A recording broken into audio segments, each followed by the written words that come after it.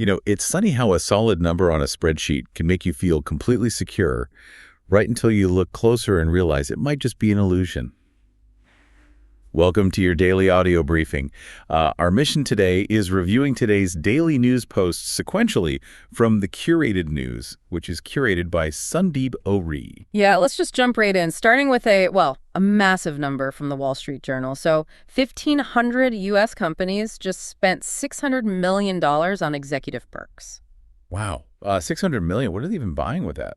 Well, mostly it's personal security, actually. Really? I mean, is this a massive spend on security, a luxury perk, or a sad modern necessity? Right, and Sandeep actually challenges you with this one. He asks, does your company offer you any of these, and do you offer any of these to your employees? That's a good question to think about.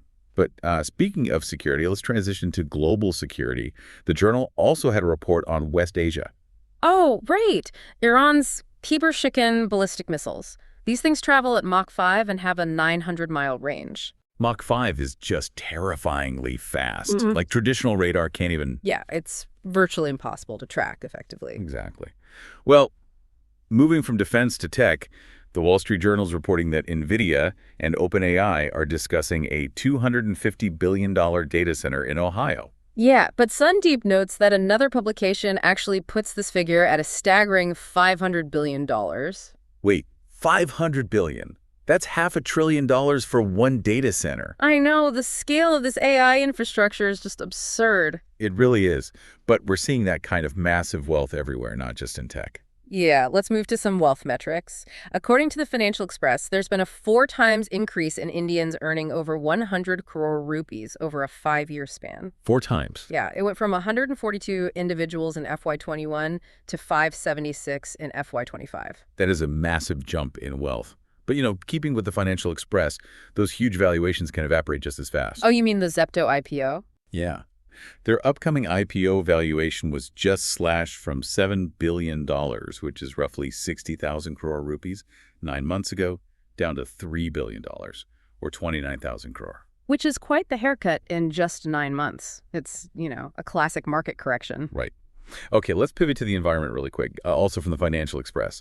So India's June monsoon deficit shrank from 40% to an overall shortfall of 15.5%.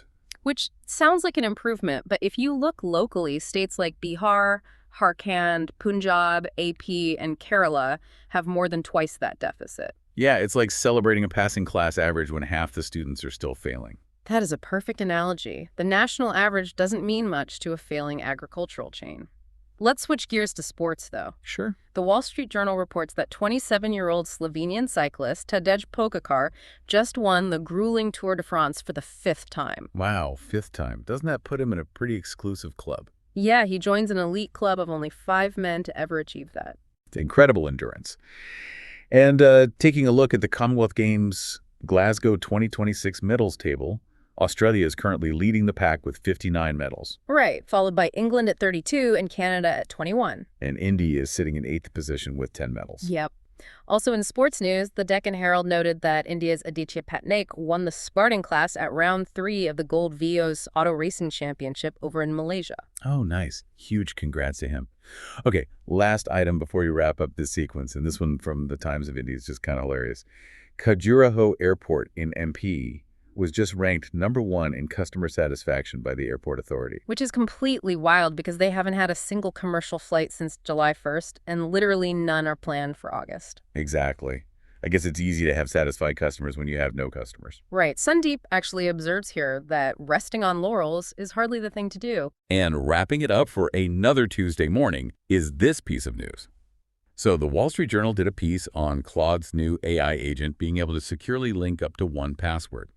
Sandeep notes that while this really boosts productivity for low-end tasks like ordering groceries, you definitely should not use this for banking, especially if you've given AI access to your email. Interestingly, Sandeep recently started creating these daily audio briefings using AI, and he says that while it's a novel idea, a reading audience is very different from a listening audience, and he encourages you to check out earlier editions too. Have a fab day, folks. We'll see you tomorrow morning.